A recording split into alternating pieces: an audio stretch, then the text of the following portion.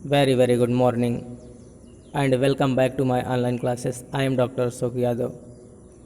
अब बच्चों आज हम बात करेंगे फाइलम प्रोटोजोआ के विषय में।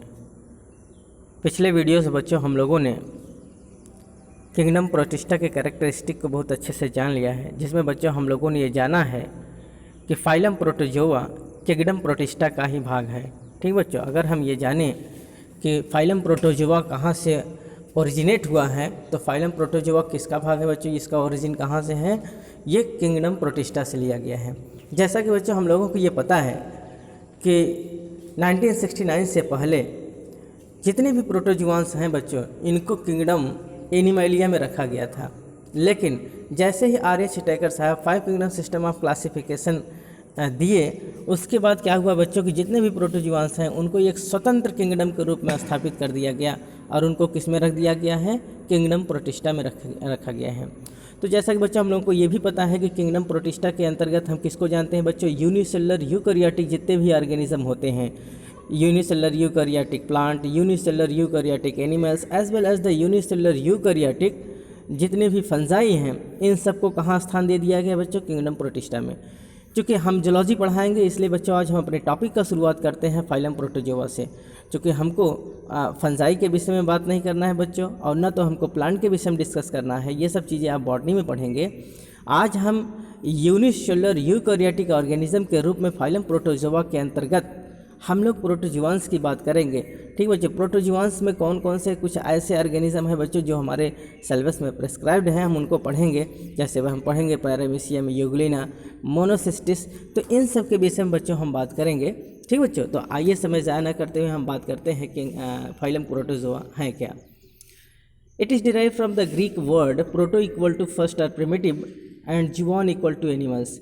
अर्थात बच्चों अगर हम ये देखें, इस पूरे बायोलॉजिकल वर्ल्ड में, इस पूरे जैविक संसार में सबसे पहले धरती पर जो भी कोई एनिमल्स इवॉल्व हुआ है वो सबसे पहले कौन है बच्चों, फाइलम प्रोटोजोआ के ऑर्गेनिज्म हैं।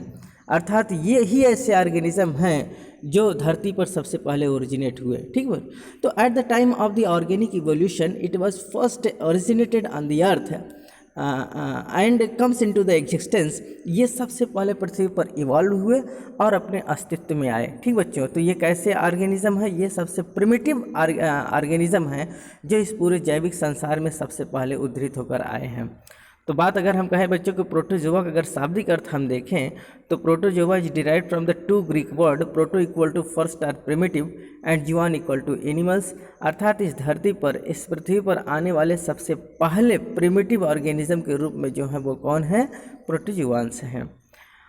It was first coined by the German naturalist George A Goldfuss. ये प्रोटोजोआ शब्द जो है बच्चों, इसको सबसे पहले किसने दिया है, तो आप इसको रिमार्क कर लेंगे, बार बार पूछा जाता है बच्चों। It is very most important examination point of view से ये बहुत इंपॉर्टेंट है बच्चों कि जो फाइलम प्रोटोजोआ है ये शब्द सबसे पहले जर्मन नेचुरलिस्ट जॉर्ज अ गोल्डफस ने दिया था। किसने दिया था बच्चों, जॉर्ज अ गोल्डफस ने 1818 ईस्वी में दिया था। ठीक बच्चों, the term protozoa was used as a phylum for about 100 years, but according to 5 kingdom of classification by Hittaker 1969, protozoans are separated from the animals phyla and included in the kingdom Protista, that is the Protectista। अगर बात करें हम बच्चों तो जो term protozoa है, जो ये प्रोटोजोआ शब्द है, ये सबसे पहले 100 वर्ष के पहले, अर्थात आज से जब 1969 के पहले, जब तक हिटेकर साहब ने इसको किंगडम प्रोटिस्टा में प्लेस्ड नहीं किया था बच्चों, उसके पहले ये क्या है, एक फाइलम के रूप में प्रोटोजोआ जो है पढ़ा जाता था। परंतु 1969 के बाद जब हिटेकर साहब इसका अध्ययन करते हैं तो इसको एक स्वतंत्र किंगडम के रूप में स्थापित करते हैं और इनको किंगडम प्रोटिस्टा में स्थान दे दिया जाता है। किसमें बच्चों, किंगडम प्रोटिस्टा में। सबसे पहले इसका नाम किंगडम प्रोटेक्टिस्टा था, जो बाद में डिवाइड होकर 2 पार्ट में टूट जाता है, kingdom monera as well as the kingdom protista. ठीक बच्चों, तो ये क्या है, सबसे पहले किंगडम एनिमलिया का भाग था जो एक स्वतंत्र फाइलम के रूप में, प्रोटोजोआ के रूप में था। लेकिन बाद में बच्चों इसको हम प्रोटिस्टा में, हिटेकर साहब ने इसको प्रोटिस्टा में रख दिए और ये किंगडम एक सिक्योर किंगडम के रूप में हो गया, स्वतंत्र किंगडम के रूप में हो गया, जो किस में रखा गया बच्चों, प्रोटिस्टा के अंतर्गत पढ़ा जाता था। The science of protozoa is called as the protozoology, and geologist who is specialized in the study of the protozoa is called as the protozoologist. It is very most important बच्चों। जीव विज्ञान की वह शाखा branch of the biology which deals with the study of the protozoans is known as the protozoology. अर्थात जिसके अंतर्गत हम प्रोटोजोआ का अध्ययन करते हैं उस ब्रांच को हम क्या कहते हैं बच्चों? प्रोटोजुओलॉजी कहते हैं। इसको हम क्या कहेंगे? प्रोटोजुओलॉजी। और जो स्पेशलिस्ट होते हैं बच्चों, ऐसे जियोलॉजिस्ट जो प्रोटोजोआ के विषय में अध्ययन करते हैं उसको हम क्या कहते हैं बच्चों? Protozoologist. It is very most important. आगे चल के बच्चों जब आप स्पेशलाइजेशन करेंगे, एमएससी करेंगे, तो आगे चल के आपको एक ब्रांच मिलता है पैरासिटोलॉजी। ठीक बच्चों, तो पैरासिटोलॉजी में आप देखेंगे तो ज़्यादा से ज़्यादा हम ऐसे पैरासाइट्स को पढ़ते हैं जो इस पूरे बायोलॉजिकल वर्ल्ड में इन्वॉल्व है। जैसे हम इसमें प्रोटोजुअन्स को भी पढ़ते हैं, कुछ हेलमिन्थीस को भी पढ़ते हैं। ठीक बच्चों, तो कुछ ऐसे ब्रांच आएंगे आपको पढ़ने के लिए मिलेगा। एक एडवांस ब्रांच आएगा जिसको हम पैरासिटोलॉजी कहते हैं। तो पैरासिटोलॉजी के अंतर्गत बच्चों आप ज़्यादा से ज़्यादा प्रोटोजुअन्स को पढ़ेंगे। ठीक बच्चों, तो जीव विज्ञान की वह शाखा जिसके अंतर्गत प्रोटोजोआ का अध्ययन किया जाता है उसको हम प्रोटोजुओलॉजी कहते हैं। और ऐसे जियोलॉजिस्ट जो प्रोटोजोआ के विषय में अध्ययन करते हैं उसको हम क्या कहते हैं बच्चों? प्रोटोजुओलॉजिस्ट कहते हैं। It is very most important. They are the microscopic and unicellular animalcules without cell and organs. ये बच्चों बहुत ही सूक्ष्म, बहुत ही माइक्रोस्कोपिक ऑर्गेनिज्म होते हैं which can not be visible without the microscope, जो बिना माइक्रोस्कोप की सहायता से देखे नहीं जा सकते। We can not seen with naked eyed, हम लोग अपने नग्न आँखों से इसको नहीं देख सकते हैं बच्चों। ये केवल किसके द्वारा देखे जा सकते हैं? कंपाउंड माइक्रोस्कोप के द्वारा देखे जा सकते हैं। और ये क्या होते हैं बच्चों? ये एक प्रकार के ए सेलुलर एनिमल्क्यूल होते हैं, अर्थात इनमें केवल सिंगल सेल पाया जाता है और ये बहुत ही माइक्रोस्कोपिक होते हैं। सिंगल सेल होने के कारण इसको हम ए सेलुलर एनिमल्क्यूल्स कहते हैं। क्या कहते हैं बच्चों? ए सेलुलर एनिमल्क्यूल्स कहते हैं। चूँकि ये सेल के बने होते हैं बच्चों, इसलिए इनमें टिश्यू और ऑर्गन नहीं पाए जाते हैं। चूँकि ये कैसे होते हैं बच्चों? सेल के बने होते हैं, एक सिंगल सेल के बने होते हैं, इसलिए इनमें टिश्यू और ऑर्गन हमको देखने को नहीं मिलता। Having one or more nuclei, इनमें एक या एक से अधिक न्यूक्लियस देखने को मिलते हैं। ठीक बच्चों, एक या एक से अधिक न्यूक्लियस देखने को मिलते हैं।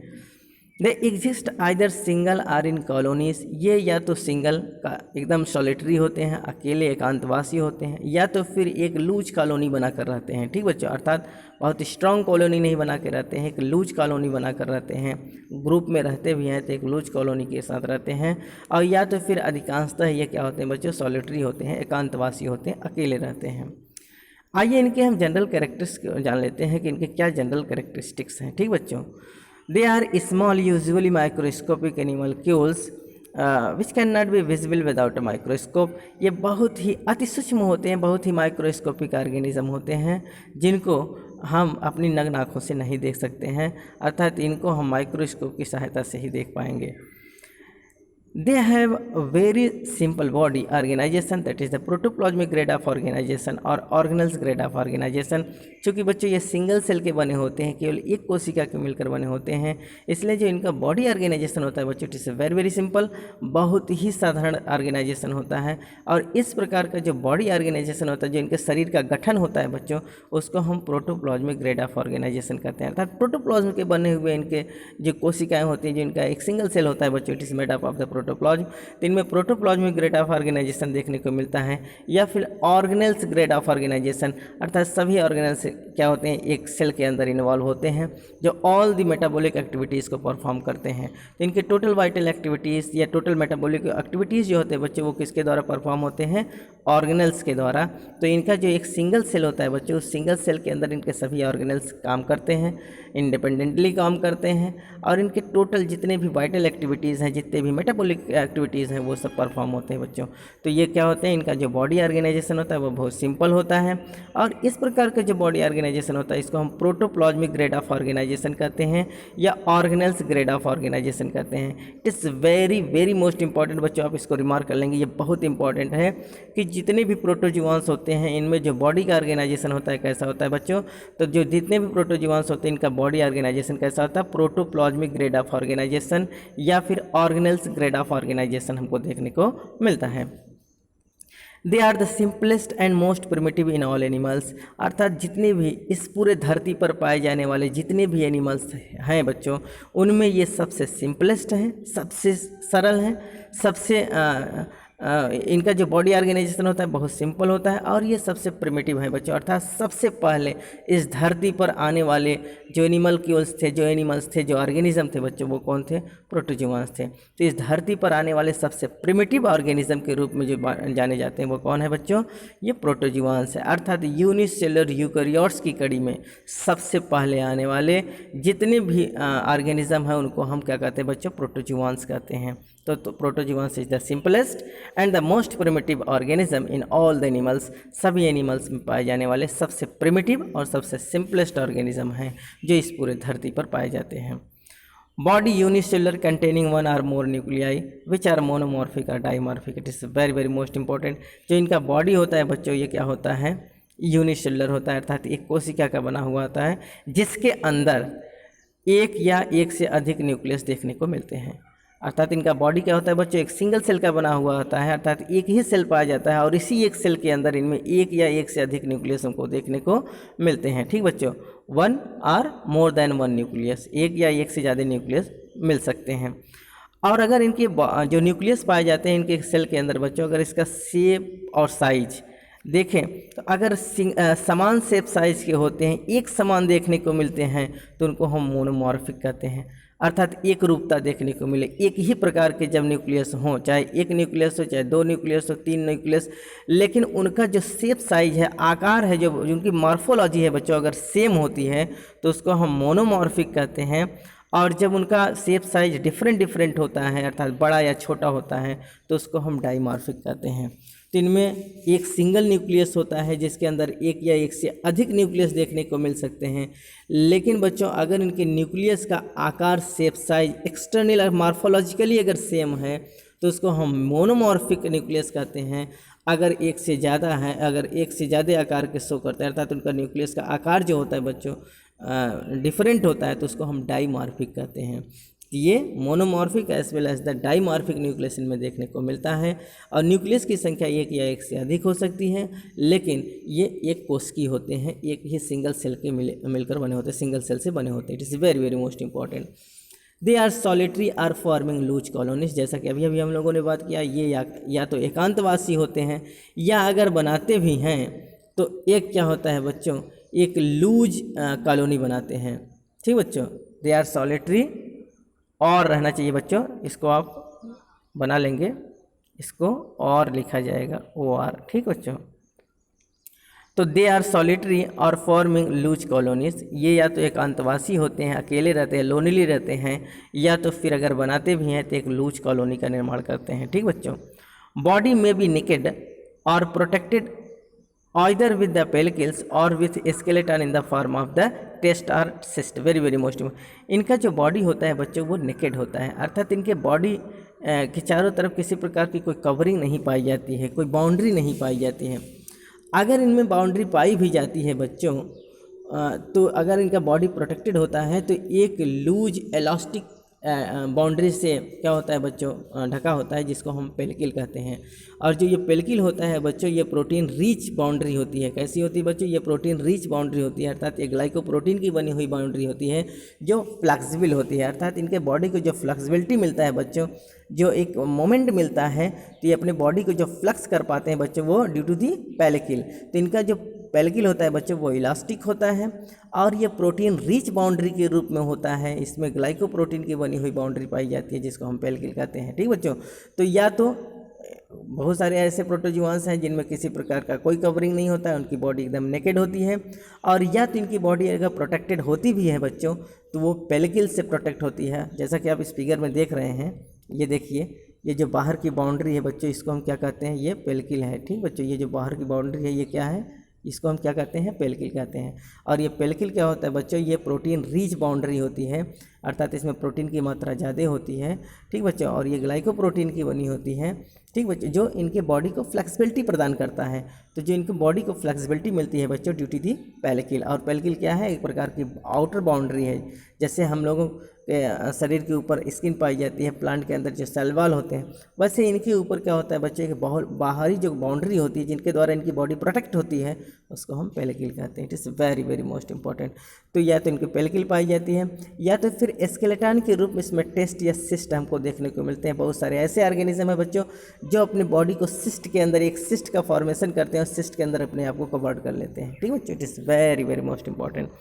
बॉडी सिमेट्री जनन, इनकी जो बॉडी सिमेट्री होती है बच्चों, ये बॉडी सिमेट्री नहीं बनाते हैं, अर्थात इनका जो बॉडी होता है वो इर्रेगुलर शेप में रहता है। अर्थात अगर हम इनको कहें कि इस प्रकार से अगर कोई ऑर्गेनिज्म रहे और इसको हम दो बराबर भागों में बांटे तो एक दूसरे का मिरर इम्पोज बनता है, मिरर इमेज बनता है बच्चों, एक दूसरे का एक समान से बनता है।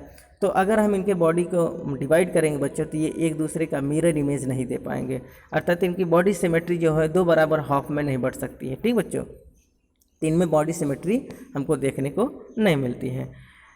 The single cell of the body performs all the essential and vital activities which characterized the animal body. Very very most important, चूँकि ये सिंगल सेल के होते हैं, एक ही कोशिका के बने होते हैं, फिर भी बच्चों इनमें टोटल वाइटल एक्टिविटीज़ पाई जाती है। ऑल द मेटाबॉलिक एक्टिविटीज़ और प्रेजेंट, इसमें जितनी भी मेटाबॉलिक एक्टिविटीज़ हमको सब देखने को मिलती है। क्यों?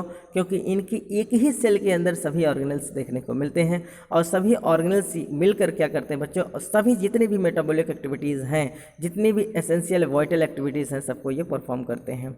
तो इनकी एक ही सिंगल सेल बॉडी के अंदर ही सभी एसेंशियल वाइटल एक्टिविटीज़ देखने को मिलती है which is characterize the animal body, जो एनिमल के समान इनके कैरेक्टर को शो करते हैं। क्या करते हैं बच्चों, अर्थात इनमें जो एनिमल का कैरेक्टर पाया जाता है, एक एनिमल जो एक अपना टोटल वाइटल एक्टिविटीज़ करते हैं, इस प्रकार से बच्चे इनमें श्वसन, डाइजेशन, ठीक है, एक्सक्रीशन, ये सब जितनी भी वाइटल एक्टिविटीज़ हैं ये सब सिंगल सेल के अंदर ही पाई जाती है। इसलिए ये कैसे कैरेक्टराइज, इनका जो कैरेक्टर है बच्चों किस प्रकार से बिलोंग करता है, एनिमल लाइक, अर्थात ये एनिमल जैसा बिहेव करते हैं। क्यों? क्योंकि इनमें ऑल द एक्टिविटीज़ पाई जाती हैं, जितने भी मेटाबॉलिक एक्टिविटीज़ हैं इनकी सभी, ये जो सिंगल सेल की कोशिका है बच्चों, सिंगल सेल का जो बॉडी है, ये सब जितने भी मेटाबॉलिक एक्टिविटीज़ हैं सबको वो परफॉर्म करते हैं, ठीक बच्चों। लोकोमोटरी ऑर्गेनल्स में भी स्यूडोपोडिया और फ्लैजिला और सिलिया और इवन एब्सेंट। इनमें जो लोकोमोटरी ऑर्गेनल्स होता है बच्चों, प्रचलन अंग होते हैं, जिस प्रकार से हम लोग अपने पैर के माध्यम से चलते हैं और एनिमल्स अपने पैर के माध्यम से चलते हैं, तो ऐसे बच्चों इनमें लोकोमोशन करने के लिए, एक स्थान से दूसरे स्थान तक गमन करने के लिए, जैसा कि मैंने पिछले वीडियो में बताया था कि ऑर्गेनिज्म का जो एक यूनिक फीचर्स होता है बच्चों, वो क्या होता है कि इनमें लोकोमोशन की प्रक्रिया देखने को मिलती है, लोकोमोशन होता है। वैसे ये अगर एनिमल्स जैसा बिहेव करते हैं बच्चों तो इनमें लोकोमोशन पाया जाता है। और लोकोमोशन किसके द्वारा करते हैं बच्चों, तो इनमें जो प्रोटोजोआंस होते हैं, इनमें डिफरेंट प्रकार के लोकोमोटरी ऑर्गेनल्स देखने को मिलते हैं। अगर हम बात करें बच्चों, जैसा कि ये आप देख रहे हैं कि ये पैरामीशियम है, तो पैरामीशियम में जो लोकोमोशन होता है बच्चों वो किसके द्वारा होता है, सिलिया के द्वारा होता है। एक हेयर लाइक प्रोजेक्शंस पाया जाता है इनके बॉडी के चारों तरफ, ठीक बच्चों, जिसको हम सिलिया कहते हैं। और इसी सिलिया के द्वारा क्या करते हैं बच्चों, वो भोजन को भी इंटेक्ट करते हैं, भोजन को अंदर ले जाने का काम भी सिलिया कराता है, ठीक बच्चों। साथ ही साथ ये रिसेप्टर्स के रूप में भी काम करता है और ये इनके बॉडी को मूवमेंट भी प्रदान करता था। लोकोमोशन की प्रक्रिया जो होती है वो किस सिलिया के द्वारा होता है। दूसरा आप ये देख रहे हैं बच्चों, अमीबा, जो अमीबा है, अमीबा के अंदर क्या बनता है, एक प्रकार का स्यूडोपोडिया का फॉर्मेशन होता है, जो एक क्या है बच्चों, एक टेम्पोररी साइटोप्लाज्मिक प्रोजेक्शन है। अर्थात साइटोप्लाज्म का है कि एक एक्सेस आउट ग्रोथ हो जाता है, किसका बच्चों, जो साइटोप्लाज्म होता है उसी का एक एक्सेस आउट ग्रोथ हो जाता है, जिसको हम क्या कहते हैं बच्चों, स्यूडोपोडिया कहते हैं। और इस स्यूडोपोडिया के द्वारा ये गमन करते हैं और ये एक प्रकार का टेम्पोररी होता है, ये बनता बिगड़ता रहता है बच्चों। अर्थात ये जो स्यूडोपोडिया है ये परमानेंट नहीं होता, ये अपना बनता है फिर वो लुप्त हो जाता है, फिर बनता है फिर लुप्त हो जाता है, अर्थात ये टेम्पोररी होता है। तो अमीबा में किसके द्वारा प्रचलन होता है बच्चों, स्यूडोपोडिया के द्वारा होता है। ये एक प्रकार का टेम्पोररी आउटग्रोथ है किसका, साइटोप्लाज्म का, ठीक बच्चों।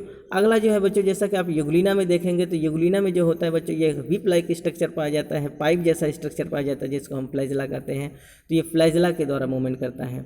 तो पैरामीशियम का जितने भी प्रोटोजोआंस है बच्चों, किसी किसी में सिलिया पाया जाता है, हेयर जैसा प्रोजेक्शंस होता है जिसको हम सिलिया कहते हैं, उसके द्वारा लोकोमोशन होता है। अमीबा में क्या होता है, सीडोपोडिया के द्वारा लोकोमोशन होता है, जबकि यूग्लिना में बच्चों विप लाइक स्ट्रक्चर पाया जाता है, पाइप जैसी संरचना पाई जाती है जिसे हम फ्लैजेला कहते हैं, तो ये फ्लैजेलम के द्वारा लोकोमोशन करते हैं। और इवन एब्सेंट जितने भी कुछ ऐसे प्रोटोजोआंस हैं बच्चों जिसमें किसी प्रकार का कोई लोकोमोटरी ऑर्गेनाइजेशन नहीं पाया जाता है। क्यों?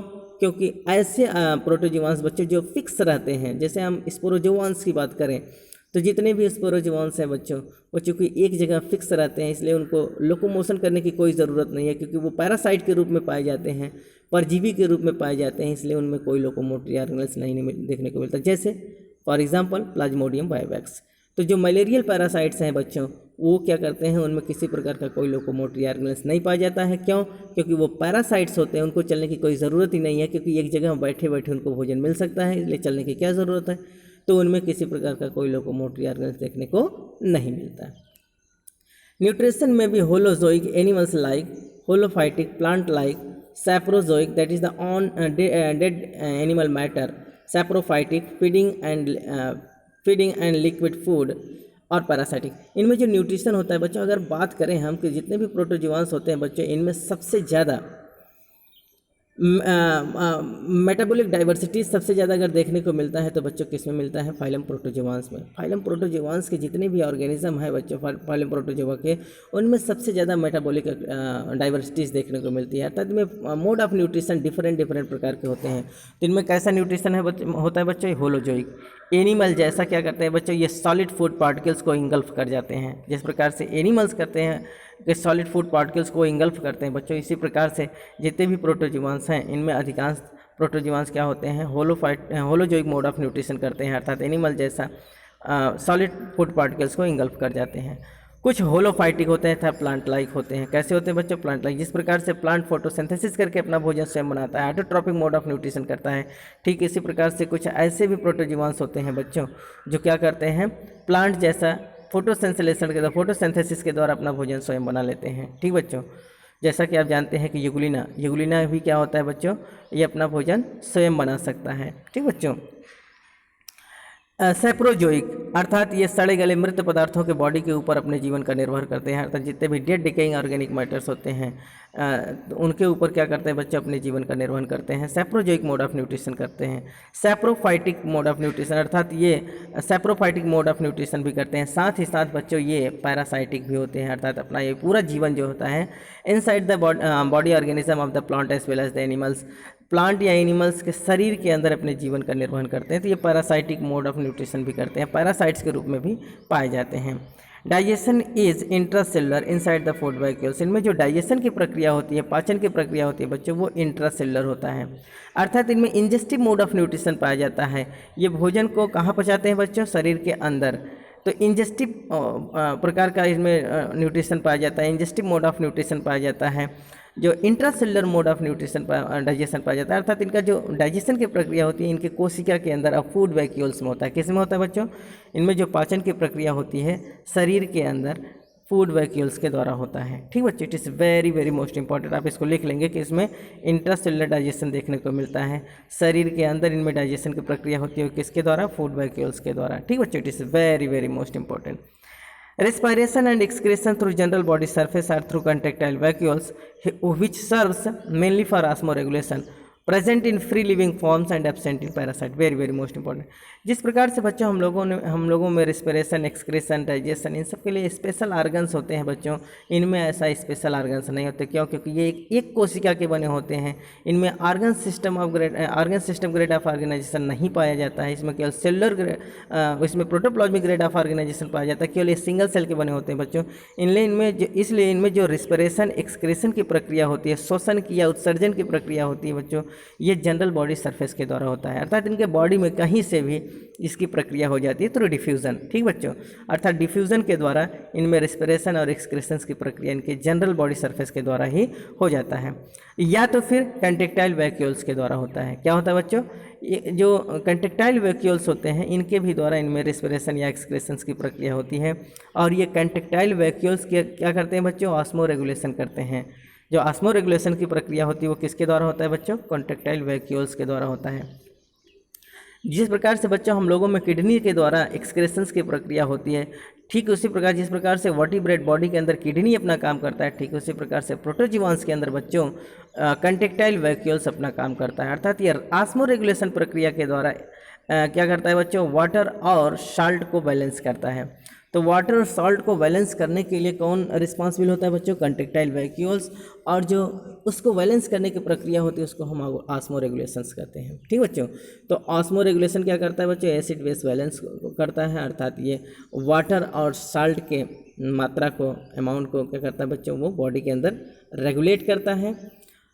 और ये ऑस्मो रेगुलेशन की प्रक्रिया या कंटेक्टाइल वैक्यूल्स किस में पाया जाता है बच्चों, जो फ्री लिविंग ऑर्गेनिज्म होते हैं, जो फ्री लिविंग प्रोटोजोआंस होते हैं बच्चों, उनमें हमको कंटेक्टाइल वैक्यूल्स देखने को मिलता है, ऑस्मो रेगुलेशंस देखने को मिलता है।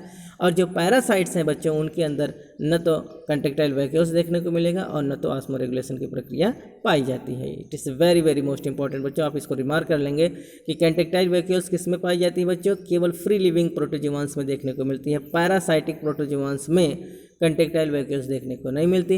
अर्थात जब कंटेक्टाइल वैक्यूल्स नहीं पाया जाएगा तो ऑस्मो रेगुलेशन की प्रक्रिया पैरासाइट्स में नहीं होगा। ठीक बच्चों, it is very very most important. Nitrogenous waste material in protozoans is ammonia. Protozoans में जो नाइट्रोजनस वेस्ट मटेरियल होते हैं बच्चों, जिस नाइट्रोजनस वेस्ट को वो बाहर निकालते हैं, वो क्या होता है बच्चों, अमोनिया। NH3 जो अमोनिया होता है बच्चों, वो इनका क्या होता है, अपशिष्ट मटेरियल होता है, तो अमोनिया को ये बाहर एक्सक्रीट आउट करते हैं। It is very very most important. तो जल में पाए जाने वाले जितने भी ऑर्गेनिज्म होते हैं बच्चों, उनमें क्या एक्सक्रेटरी मटेरियल्स के रूप में निकलता है, अमोनिया। तो इनका नाइट्रोजनस वेस्ट क्या होता है, ammonia. Reproduction asexual by binary or multiple fission and budding and sexual by gamete formation or by the conjugation of the adult. इनमें जो रिप्रोडक्शन की प्रक्रिया होती है बच्चों, प्रजनन की प्रक्रिया होती है, वो एसेक्सुअल रिप्रोडक्शन और सेक्सुअल रिप्रोडक्शन दोनों को देखने को मिलता है। एसेक्सुअल रिप्रोडक्शन में क्या करते हैं बच्चों कि ये अपने बॉडी को दो भागों में तोड़ते हैं और फिर दो डॉटर न्यूक्लियाई का फॉर्मेशन करते हैं, जिसको हम बाइनरी फिजन के द्वारा, अर्थात बाइनरी फिजन के द्वारा क्या करते हैं बच्चों, ये अपने बॉडी को दो बराबर भागों में बांटते हैं और दो डॉटर न्यूक्लियाई का फॉर्मेशन करते हैं। कभी कभी क्या करते हैं बच्चे, इसमें मल्टीपल फिजन देखने को मिलता है, अर्थात अपने बॉडी को एक से अधिक भागों में क्या करते हैं, डिवाइड करते हैं और बहुत सारे डॉटर न्यूक्लियाई का निर्माण करते हैं।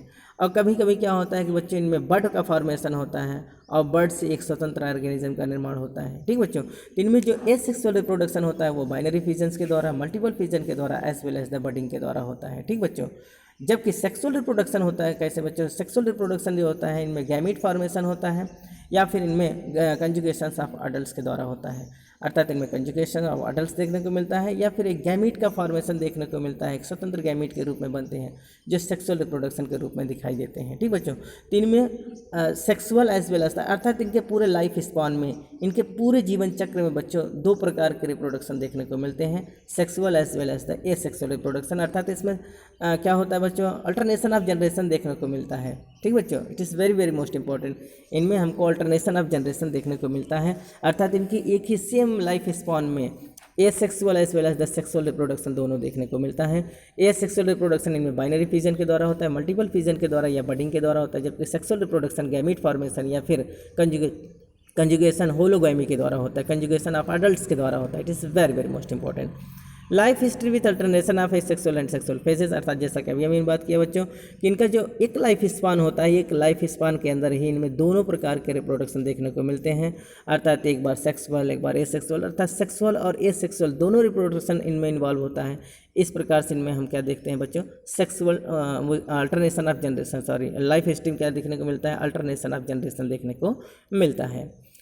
Encystment occurs under unfavourable condition, जब बच्चों इनके लिए अप्रोप्रिएट इन्वायरमेंटल कंडीशन नहीं होता है, अर्थात जब इनके लिए फिजिकल इन्वायरमेंट अप्रोप्रिएट नहीं होता है और फूड की कमी हो जाती है, ट्रिमेंडस मात्रा में भोजन अगर नहीं मिलता बच्चों, तो ये क्या होते हैं, अर्थात eight the time of the starvation, भुखमरी के समय, जब जहाँ ये रहते हैं इनके हैबिटेट में जब सोर्स ऑफ फूड की कमी हो जाती है और इनके लिए जो फिजिकल इन्वायरमेंट है बच्चों अगर वो अप्रोप्रिएट नहीं होता, अनफेवरेबल होता है, तो उस समय क्या करते हैं बच्चों, ये अपने बॉडी के चारों तरफ सिस्ट का फॉर्मेशन करते हैं और उसी में अपने को कवर्ड करके ये सुप्तावस्था में चले जाते हैं।